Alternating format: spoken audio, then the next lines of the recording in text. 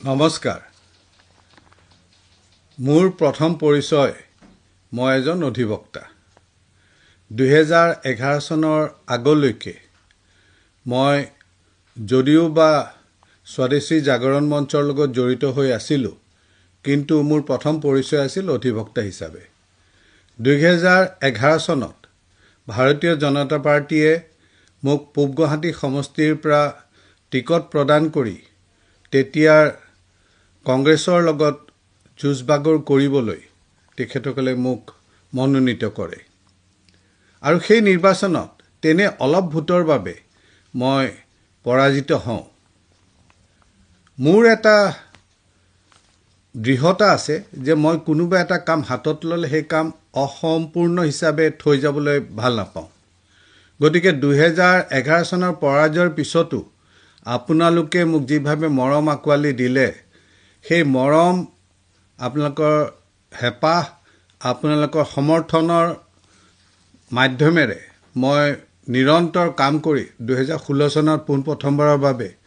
প্ৰায় লক্ষাধিক ভোটৰ ব্যৱধানত কংগ্ৰেছক পৰাজিত কৰি মই প্ৰথমবাৰৰ বাবে বিধায়ক হওঁ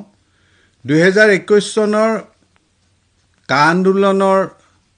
বিভীষিকাৰ মাজতো কোভিডৰ আতংকৰ মাজতো যি নিৰ্বাচন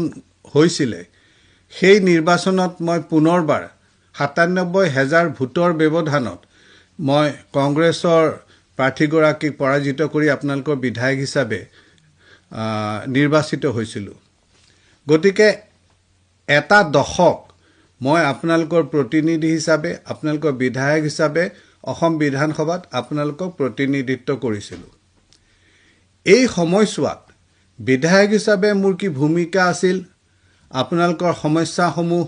কিভাৱে মই বিধানসভাৰ মজিয়াত উত্থাপিত কৰিব পাৰিছিলোঁ সেইটো বিধানসভাৰ ৰেকৰ্ডত আছে আপোনালোকেও চাই ল'ব পাৰে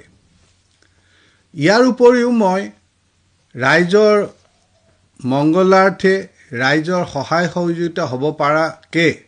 বিভিন্ন উন্নয়নমূলক কাম-কাজত হাত দিছিলোঁ বিশেষকৈ আমাৰ নগৰখনৰ মোৰ অঞ্চলৰ যিখিনি স্থান সেই স্থানখিনি গোটেইখিনি নগৰাঞ্চল এই নগৰাঞ্চলৰ ভিতৰৰ যিবোৰ বাটপথ যিবোৰ সাধাৰণতে কাৰো চকুত নপৰাকৈ থাকি যায় সেই বাটপথবোৰ পুনৰ নিৰ্মাণ কৰি নতুনকৈ নিৰ্মাণ কৰি ৰাইজৰ সহায় কৰিবৰ বাবে প্ৰচেষ্টা কৰিছিলোঁ অন্যান্য কি কাম-কাজ কৰিছিলোঁ তাৰ খতিয়ান আপোনালোকক মই লিখিতভাৱেও দিছোঁ আৰু আপোনালোকে নিজেও মোক মূল্যায়ন কৰিব আজি মই 2026 চনত দলে মোক প্ৰাৰ্থিত্ব দিয়া নাই গতিকে মোৰ কোনো ক্ষোভ নাই মই আপোনালোকৰ লগ পালোঁ আপোনালোকৰ লগত প্ৰায় এক দশক ধৰি কাম-কাজ কৰিলোঁ আপোনালোকৰ মৰম চেনেহে মোক এটা বৃহৎ পৰিয়ালত আকৱালি ল'লে মই পুনৰবাৰ আজি আপোনালোক সকলোকে মোৰ ধন্যবাদ আৰু কৃতজ্ঞতা জ্ঞাপন কৰিছোঁ আৰু আশা কৰিছোঁ যে আগলৈও আপোনালোকে মোক আপোনালোকৰ মাজৰ এজন বুলি আকৱালি লৈ মোক মৰম চেনেহ দিব ময়ো আপোনালোকৰ লগত আছোঁ আপোনালোকৰ সকলো সময়ত সুখ দুখ সকলো সময়তে আমি একেলগেই থাকিম আপোনালোকে ইয়াৰ পৰা ক'তো নাযায় ময়ো ইয়াৰ পৰা ক'তো নাযাওঁ আমি সকলোৱে একলগ হৈ আমি থকা অঞ্চলটোৰ ভালৰ কাৰণে আমি থকা অঞ্চলটোৰ মংগলৰ কাৰণে কাম-কাজ কৰি যাম ধন্যবাদ